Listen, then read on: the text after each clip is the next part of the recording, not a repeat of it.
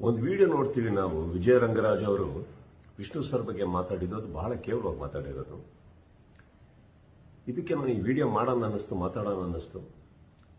ಕಲಾವಿದನಾಗಿಯೇ ಹೌದು, ಒಬ್ಬ ವಿಷ್ಣು ಸಾರಿನ ಅಪ್ಪಟ ಅಭಿಮಾನಿಯಾಗಿಯೇ ಹೌದು. ಇಲ್ಲ, ಎಲ್ಲ ಅಭಿಮಾನಿಗಳ ಪರವಾಗಿ ಮಾತಾಡ್ತಾ ಇದ್ದೀನಿ ಅನ್ಕೊಳ್ಳೋಣ, ಪರವಾಗಿಲ್ಲ. ವಿಜಯ ರಂಗರಾಜ್ ಅವರೇ, ಒಬ್ಬ ವ್ಯಕ್ತಿ ಬಗ್ಗೆ ನೀವು ಏನು ಮಾತಾಡಬೇಕೋ ನಿಮಗೆ ಬಿಟ್ಟಿರೋದು. ಬಟ್ ಆ ವ್ಯಕ್ತಿ ಬದುಕಿರ್ಬೇಕಾದ್ರೆ ಮಾತಾಡೋದ್ರಲ್ಲಿ ಒಂಚೂರು ಗಂಡಸ್ಥಾನ ಇರುತ್ತೆ ಅನ್ನೋ ನಂಬಿಕೆ ನಂದು. ಅವಾಗ ಅವ್ರ ಸತ್ಯ ಏನು, ಅವ್ರು ಉತ್ತರ ಕೊಟ್ಟಿರೋರು, ನಿಮ್ಮ ಸತ್ಯ ನೀವು ಮಾತಾಡ್ತಾ ಇದ್ರಿ. ಆದರೆ ಇವತ್ತು ಆ ವ್ಯಕ್ತಿ ಇಲ್ಲಿಲ್ಲ ನಮ್ಮ ಮಧ್ಯದಲ್ಲಿ ಅಂದಾಗ, ಎಷ್ಟೋ ಕೋಟಿ ಕೋಟಿ ಜನಗಳಿಗೆ ಆರಾಧ್ಯ ದೈವ ಆಗಿರೋ ವಿಷ್ಣು ಸರ್ ಬಗ್ಗೆ ನೀವು ಈ ಥರ ಹೇಳಿಕೆ ಅವ್ರು ಇಲ್ಲದೇ ಇರುವಾಗ ಕೊಡೋದು ಬಹಳ ದೊಡ್ಡ ತಪ್ಪು. ಎಲ್ಲ ಇಂಡಸ್ಟ್ರಿನೂ ನಾವು ಬಾಂಧವ್ಯದಲ್ಲಿ ನಡಿಬೇಕಾದ್ರೆ ನಿಮ್ಮಂಥ ಒಬ್ಬ ವ್ಯಕ್ತಿ ಈ ಥರ ಹೇಳಿಕೆ ಕೊಡೋದ್ರಿಂದ ಎಲ್ಲ ಚೂರಾಗಿ ಆ ಕಡೆ ಬಿದ್ದೋಗ್ತಾರೆ. ಕನ್ನಡ ಚಿತ್ರರಂಗದಿಂದ ಇನ್ನೊಂದು ಹೇಳಬೇಕು ಅಂತಂದ್ರೆ, ನಾವು ಬೇರೆ ಇಂಡಸ್ಟ್ರಿ ಅಂತ ಅನ್ಕೊಂಡೇ ಇಲ್ಲ. ಎಲ್ಲ ಹಿರಿಯರಿಗೂ ನಾವು ಗೌರವ ಕೊಡೋ ಟೈಮಲ್ಲಿ, ನಿಮ್ಮ ಇಂಡಸ್ಟ್ರಿಯಲ್ಲೂ ನಾವು ಎಲ್ಲರಿಗೂ ಗೌರವ ಕೊಟ್ಟು ಪ್ರೀತಿ ಕೊಡೋ ಟೈಮಲ್ಲಿ ನೀವು ನಮ್ಮ ಒಬ್ಬರ ಹಿರಿಯ ಕಲಾವಿದರಿಗೆ ಈ ಥರ ಅವಮಾನವಾಗಿ ಮಾತಾಡೋದು, ನನ್ನ ಪ್ರಕಾರ ನಿಮ್ಮ ಇಂಡಸ್ಟ್ರಿಯಲ್ಲೇ ಯಾರು ಇದನ್ನು ಒಪ್ಪಲ್ಲ.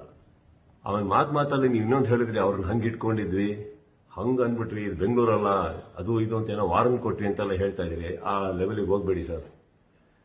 ಅವ್ರು ಇವತ್ತು ಇಲ್ದಲೇ ಇರ್ಬೋದು, ಎಲ್ಲರೂ ಇದ್ದೀವಿ ನಾವು. ಆ ಲೆವೆಲ್ಗೆ ಹೋಗೋದು ಬೇಡ. ಯಾಕಂತಂದ್ರೆ ಇಂಡಸ್ಟ್ರಿ ಇವತ್ತು ಎಲ್ಲರೂ ಚೆನ್ನಾಗಿದ್ದೀವಿ, ನಿಮ್ಮೊಬ್ಬರಿಂದ ಮತ್ತೆ ಹಾಳಾಗೋದು ಬೇಡ.